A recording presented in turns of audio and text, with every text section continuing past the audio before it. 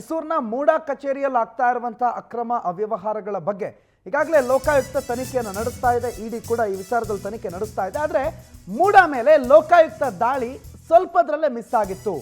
ಯಾಕೆ ಏನು ಅನ್ನೋದರ ಸರ್ಚ್ ವಾರೆಂಟ್ನ ಪ್ರತಿ ಈಗ ನಿಮ್ಮ ಪವರ್ ಟಿವಿಗೆ ಲಭ್ಯ ಆಗಿದೆ. ಜೂನ್ 28 ದಾಳಿ ಮಾಡೋದಕ್ಕೆ ಸರ್ಚ್ ವಾರೆಂಟ್ ಆಗಿತ್ತು. ಬೆಂಗಳೂರು ಲೋಕಾಯುಕ್ತ ಕಚೇರಿಯಿಂದ ವಾರೆಂಟ್ ಇಶ್ಯೂ ಆಗಿತ್ತು ಮೂಡಾ ಕಚೇರಿ ಸರ್ಚ್ ಮಾಡೋದಕ್ಕೆ. ವಾರೆಂಟ್ ಅನ್ನ ಮೈಸೂರು ಲೋಕಾ ಡಿವೈಎಸ್ಪಿ ಮಾಲ್ತೇಶ್ ಪಡ್ಕೊಂಡಿದ್ರು. ಜೂನ್ 30ನೇ ತಾರೀಕು ದಾಳಿಗೂ ಕೂಡ ಸಿದ್ಧ ಆಗಿತ್ತು.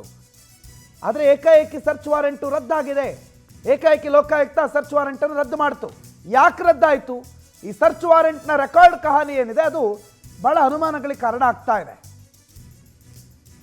30ನೇ ತಾರೀಕು ದಾಳಿಗೆ ಲೋಕಾಯುಕ್ತ ಸಿದ್ಧ ಆಗಿತ್ತು. ಆದರೆ 29ನೇ ತಾರೀಕು ಏಕಾಏಕಿ ಆ ಕಚೇರಿಗೆ ಭೇಟಿ ಕೊಟ್ಟು ಒಂದಿಷ್ಟು ಫೈಲ್ಸ್ 140 ಫೈಲ್ಸ್ಗಳನ್ನು ಅಲ್ಲಿಂದ ತಗೊಂಡೋಗ್ಬಿಟ್ಟಿದ್ರು. ಸರ್ಚ್ ವಾರೆಂಟ್ನ ಈ ರೆಕಾರ್ಡ್ಗಳನ್ನು ಗಮನಿಸ್ತಾ ಇದ್ರೆ ಆಟೋಮೆಟಿಕ್ಲಿ ನಿಮಗೂ ನಮಗೂ ಆಶ್ಚರ್ಯ ಆಗುತ್ತೆ.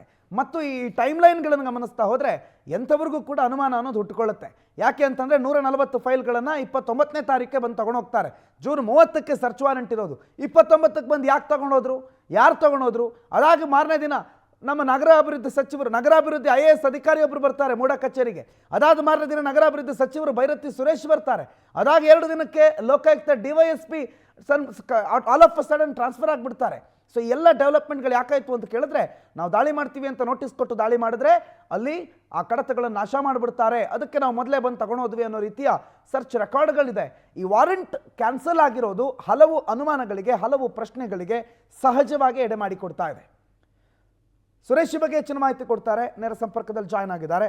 ಸುರೇಶ್, ಏಕಾಏಕಿ 28ನೇ ತಾರೀಕು ವಾರೆಂಟ್ ಆಗುತ್ತೆ, 29ನೇ ತಾರೀಕು ದಾಳಿಗೆ ರೆಡಿ ಆಗುತ್ತೆ, 30ನೇ ತಾರೀಕು ವಾರೆಂಟ್ ಕ್ಯಾನ್ಸಲ್ ಆಗುತ್ತೆ, 1ನೇ ತಾರೀಕು ಸಚಿವರು ಬರ್ತಾರೆ, 3ನೇ ತಾರೀಕು ಲೋಕಾಯುಕ್ತ DYSPಯನ್ನು ಟ್ರಾನ್ಸ್ಫರ್ ಮಾಡಲಾಗುತ್ತೆ. ಏನಿದು ಟೈಮ್ ಲೈನು, ಏನು ಕತೆ ಹೇಳ್ತಾ ಇದೆ, ಏನೇನು ಅನುಮಾನಗಳು ಇದರಿಂದ ಮೂಡ್ತಾ ಇದೆ? ಪ್ರಣೋತ್, ಇಲ್ಲಿ ರಾಜ್ಯ ಹಾಗೂ ದೇಶದ ಗಮನವನ್ನ ಸೆಳೆದಿರುವಂತದ್ದು ಮೈಸೂರಿನ ನಗರಾಭಿವೃದ್ಧಿ ಪ್ರಾಧಿಕಾರ. ಇದೀಗ ಸಾಕಷ್ಟು ಕುತೂಹಲಕ್ಕೆ ಕಾರಣ ಆಗಿರ್ತಕ್ಕಂಥದ್ದು ಕೊಟ್ಟಂತ ಸರ್ಚ್ ವಾರೆಂಟ್ ಕ್ಯಾನ್ಸಲ್ ಆಗಿರುವಂತದ್ದು. ಜೂನ್ 21ಕ್ಕೆ ಸರ್ಚ್ ವಾರೆಂಟ್ ಅನ್ನ ಇಶ್ಯೂ ಮಾಡ್ತಾರೆ ಬೆಂಗಳೂರಿನ ನ್ಯಾಯಾಲಯದ, ಬೆಂಗಳೂರಿನ ಲೋಕಾಯುಕ್ತ ನ್ಯಾಯಮೂರ್ತಿಗಳು. ಅಂದ್ರೆ ಜುಲೈ 28ಕ್ಕೆ ಲೋಕಾಯುಕ್ತ ಸರ್ಚ್ ವಾರೆಂಟ್ ಅನ್ನ ಮೈಸೂರು ನಗರಾಭಿವೃದ್ಧಿ ಪ್ರಾಧಿಕಾರದ ಮೇಲೆ ದಾಳಿ ಮಾಡ್ಕೊಳ್ಳೋದಕ್ಕೆ ಪಡೆದುಕೊಳ್ಳುತ್ತೆ.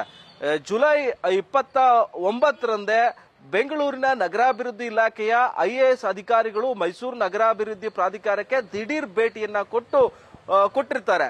ಅದಾದ ಬಳಿಕ ಜುಲೈ 1ಕ್ಕೆ ವಿಶೇಷ ವಿಮಾನದ ಮೂಲಕ ನಗರಾಭಿವೃದ್ಧಿ ಸಚಿವರೇ ಖುದ್ದು ಮೈಸೂರು ನಗರಾಭಿವೃದ್ಧಿ ಪ್ರಾಧಿಕಾರಕ್ಕೆ ಬರ್ತಾರೆ. ಅದಾದ ಬಳಿಕ ನಗರಾಭಿವೃದ್ಧಿ ಪ್ರಾಧಿಕಾರದಲ್ಲಿ 140ಕ್ಕೂ ಹೆಚ್ಚು ಫೈಲ್ಗಳು ಮಿಸ್ ಆಗಿವೆ ಅನ್ನುವಂತಹ ಗಂಭೀರ ಆರೋಪ ಇದೆ.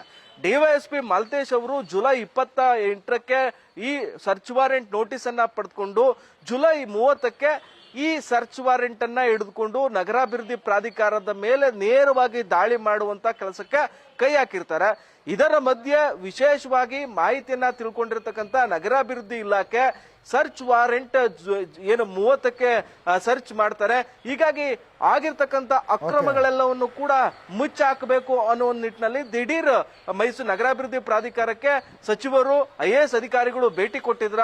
ಜೊತೆಗೆ ಅದಾದ 3ನೇ ದಿನಕ್ಕೆ ಲೋಕಾಯುಕ್ತ SP ಸುಚಿತ್ ಅವರ ವರ್ಗಾವಣೆ ಆಗೋದಕ್ಕೆ ಕಾರಣ ಏನು ಎಲ್ಲ ಕೂಡ ಸಾಕಷ್ಟು ಕುತೂಹಲಕ್ಕೆ ಕಾರಣ ಆಗಿದೆ. ಈ ಬೆಳವಣಿಗೆಯ ಮಧ್ಯೆ ಸರ್ಚ್ ವಾರೆಂಟ್ ಅನ್ನು ಕೂಡ ಲೋಕಾ ಅಧಿಕಾರಿಗಳು ಏನು ಕ್ಯಾನ್ಸಲ್ ಮಾಡ್ಕೊಂಡಿದ್ದಾರೆ. ಸರ್ಚ್ ವಾರೆಂಟ್ ಆಗೋದಕ್ಕೂ ಕ್ಯಾನ್ಸಲ್ ಮಾಡ್ಕೊಂಡಿದ್ದಕ್ಕೂ ಮಧ್ಯೆ ಆಗಿರ್ತಕ್ಕಂಥ ಬೆಳವಣಿಗೆಗಳೇ ಮೈಸೂರು ನಗರಾಭಿವೃದ್ಧಿ ಪ್ರಾಧಿಕಾರದಲ್ಲಿ ಆಗಿರ್ತಕ್ಕಂಥ ಅಕ್ರಮಗಳಿಗೆ ಒಂದಷ್ಟು ಸಾಕ್ಷಿಯನ್ನ ಕೊಡುತ್ತೆ ಅನ್ನೋ ಒಂದು ಕುತೂಹಲಕ್ಕೆ ಕಾರಣ ಆಗಿದೆ. ಪ್ರಣೋತ್, ಥ್ಯಾಂಕ್ ಯು ಸುರೇಶ್ ಮಾಹಿತಿಗೆ.